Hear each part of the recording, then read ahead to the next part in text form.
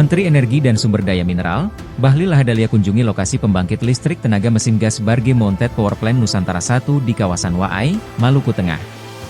Saat diwawancarai, Bahlil menjelaskan kunjungan ini dalam rangka memastikan ketersediaan listrik menjelang perayaan Natal 2024 dan Tahun Baru 2025. Dari hasil pengecekan lanjutnya, ternyata PLTMG BMPP Nusantara 1 memiliki pasokan listrik yang aman. Sehingga, pihaknya memastikan bahwa kesiapan PLN untuk menghadapi Nataru nanti sudah siap luar biasa. Untuk itu, Menteri Bahlil meminta seluruh masyarakat Maluku untuk tidak khawatir terhadap perayaan Nataru nanti.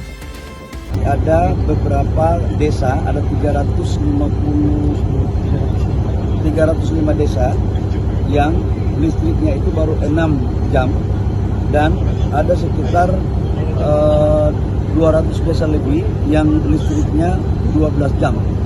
Saya sudah meminta kepada GM agar listrik yang 12 jam dijadikan 24 jam dan yang 6 jam itu dijadikan 12 jam. Memang ini bertahap. Nah, bagi saudara-saudara kita yang memang desanya belum ada listrik, saya sudah minta kepada Dirjen Listrik dan Kementerian SDM untuk segera melakukan program listrik masuk desa supaya kita bisa bekerja sama dengan PLN. Itu menjadi program dan perintah Bapak Presiden Prabowo agar memastikan semua rakyat harus mendapat fasilitas listrik. Ya,